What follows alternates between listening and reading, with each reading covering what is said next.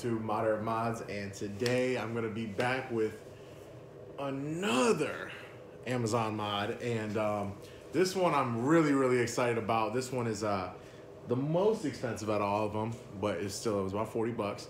It's going to be diffusers for my rear bumper. So right up underneath the trunk, up right where my pipes line up. I'll get you a little bit closer footage in there, but I'm super excited for this, guys. This one's a little bit different than the ones you really see on Amazon and eBay, and I just went with it, and I was like, well, let's see what happens. So let's get straight to it, guys. I'll show you everything that came in the package and show you the steps we need to take to get this thing on, okay? Well, enjoy. All right, guys, so contents is gonna be your 3 pieces here that lock in together. And you can see the screw holes because you will have to mount this up. This is not a sticky application. But like I showed you guys, if you actually haven't already, check out my splitter video I made.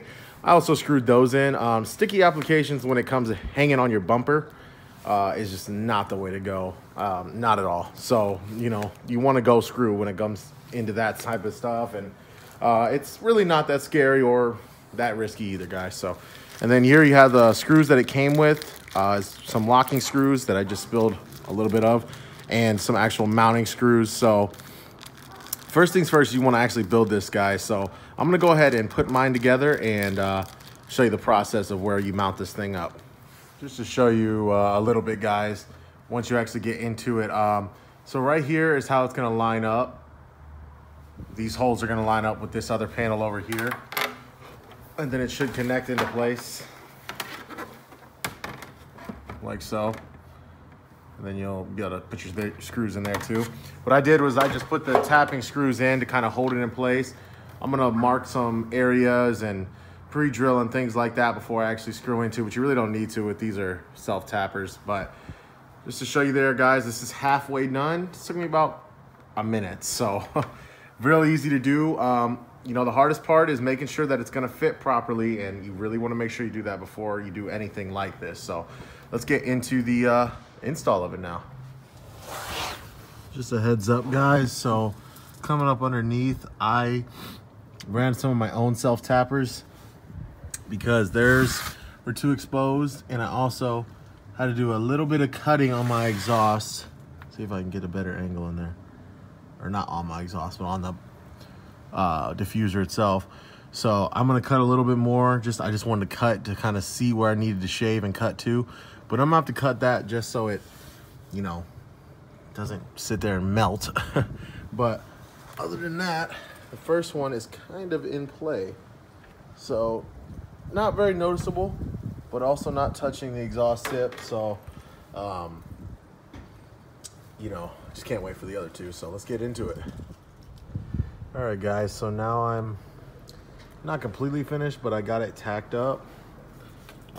I couldn't actually go with the full diffuser. I had to like kind of slide it, overlap it a little bit because my setup is just a little bit too small. But I knew that with the measurements, but I was about a half an inch or so on each side, so I just kind of made it work myself and overlapped a little bit in the middle there. I'm gonna throw some more screws in, but honestly, I mean, I'm not gonna say I don't like it, but it's not as noticeable as I thought it would be. And I don't know if maybe, let's see if we close the trunk.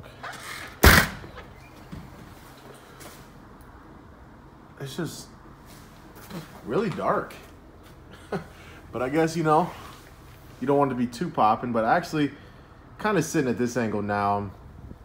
The camera's not really giving it that much justice, but kind of brighten it up a little bit for you. It looks really good to the eye, especially with the pipes there. Kind of accents it a little bit more. So who knows? Maybe I'll grow into it a little bit, but yeah. So let me go ahead and finish that up and get you some more shots of it, and I'll tell you a little bit about the install.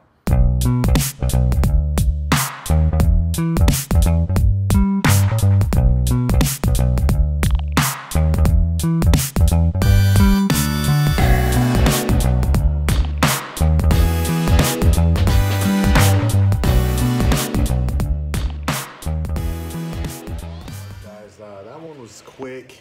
That was a little bit harder because it was more of your personal preference on where you want it and how it's gonna fit properly and everything in between. And I just used some self-tapping screws, as you can see. I just screwed them up in there.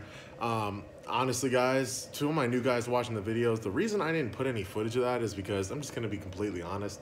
I'm filming with my iPhone 8 Plus.